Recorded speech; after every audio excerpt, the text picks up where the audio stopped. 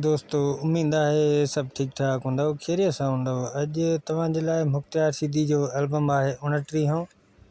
ऐं तव्हां दोस्तनि खे ॿुधायूं त हिकु अधु एल्बम मिस थी वियो आहे, उनजो कवर मूं वटि न आहे। सो इन करे आउं गुज़ारिश कंदुसि त जंहिं वटि बि आहे कवर 26हों 27हों आहे त महिरबानी करे मुंहिंजे व्हाट्सएप ते मोकिले।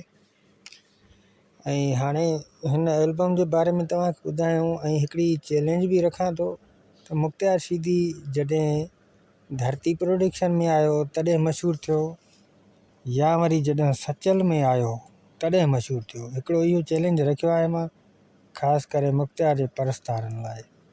ॾिसूं था केरु जवाबु ॾिए सही तरीक़े सां।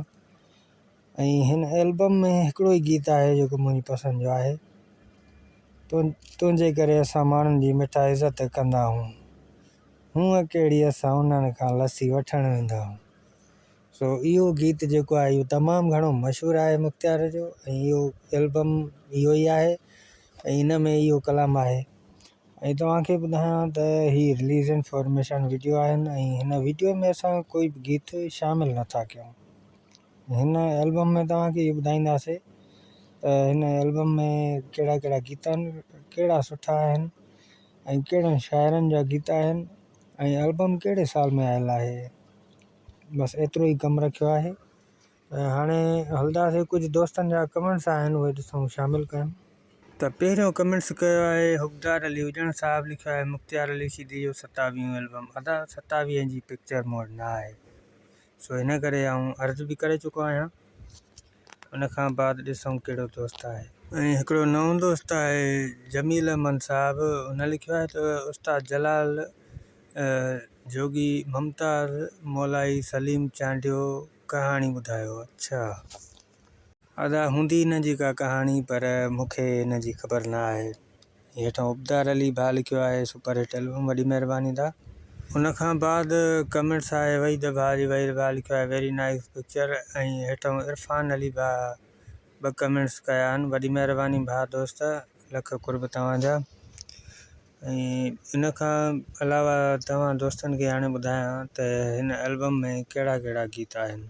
पहिरियों गीत जेको आहे मीर मोहम्मद अब्बासी साहब लिखियो आहे दिलि खसे थी धार वहे सुहिणा।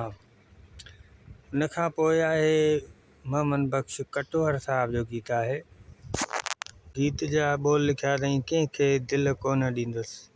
उनखां पोइ मशहूरु शाइर अलबेलो चनण साहब, उनजो गीत आहे असां आसरनि में रहिजी वियासीं। उनखां पोइ आहे ख़िदमत साहब जो गीत आहे त सिंध जो आहे अलाह।